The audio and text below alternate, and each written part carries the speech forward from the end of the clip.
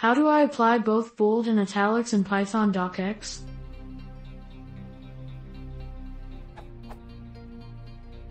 I'm working on making a dictionary. I'm using python-docx to put it into MS Word.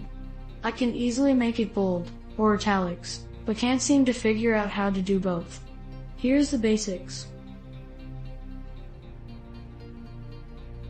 I have tried p.add_run_word. Bold.italic equals true, but receive a non-type error, which I understand.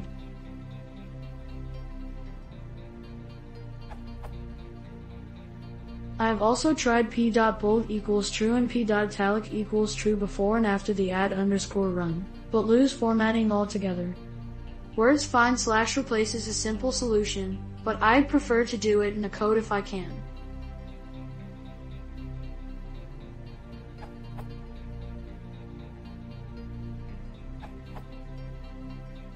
The add_run method will return a new instance of run each time it is called. You need create a single instance and then apply italic and bold.